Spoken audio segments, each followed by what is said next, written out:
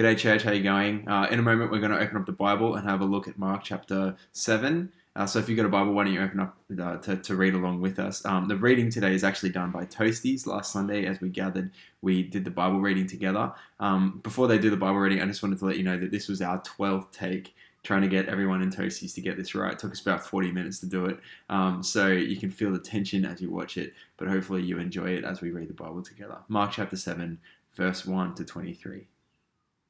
Lights, camera, action. The Pharisees and some of the teachers of the law who had come from Jerusalem gathered around Jesus and saw some of his disciples eating food with hands that were defiled, that is, unwashed. The Pharisees and all the Jews do not eat unless they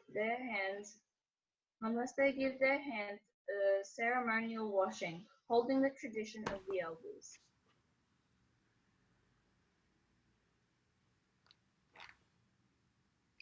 When they come from the marketplace, they do not eat unless they wash, and they observe many other traditions, such as washing of cups, pitchers, and kettles. So the Pharisee and teachers of the law asked Jesus, "Why don't your disciples live according to the tradition of the elders, instead of eating their food with defiled hands?"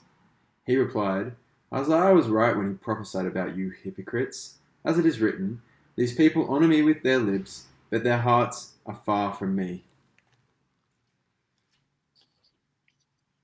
They worship me in vain. Their teachings were merely human rules. You have let go of the commands of God and are holding on to human traditions." And he continued, "You have a fine way of setting aside the commands of God in order to observe your own traditions." For Moses said, "Honor your father and your mother, and anyone who curses his father or mother must be put to death. But you say that if a man says to his father or mother, 'Whatever help you might otherwise have received from me is Corban,'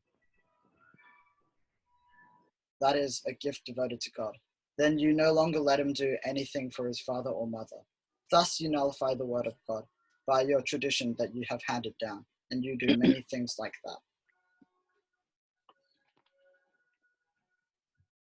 Jesus called the crowd together and said, "Pay attention and try to understand what I mean.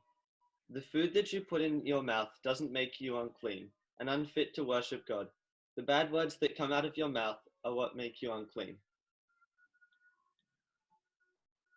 After he had left the crowd and entered his house, his disciples asked him about this parable.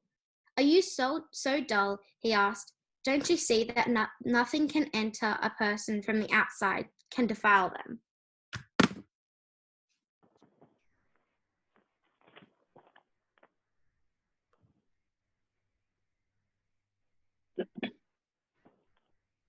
We're just going to cut those few seconds out and continue because I couldn't find the page.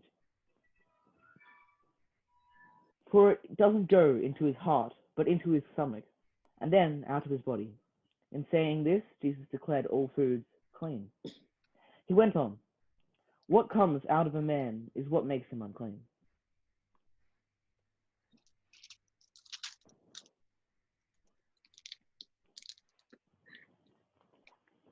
For from within, out of the heart of man, come evil thoughts, sexual immorality, theft, murder, adultery, coveting, wickedness, deceit, sensuality, envy, slander, pride, and foolishness. All these evils come from inside and defile a person. This is the word of the Lord." Thanks be to God. You could see me move the Bible up when I went like this, so you could. Once we got to Xander, I was like, "Oh my goodness, we finally got past Christian." The amount of pressure when it got like close to me. Because like if I stop up, I'm the last person. I know. Everyone has to go again.